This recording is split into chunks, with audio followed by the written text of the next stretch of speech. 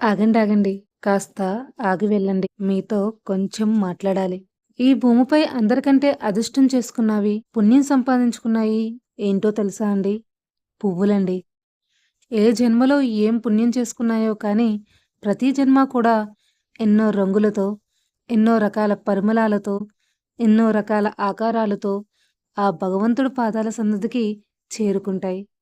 ఎవరికీ దక్కని భాగ్యం వీటికి మాత్రం కొన్ని గంటలైన జీవితకాలంలో దక్కుతుంది.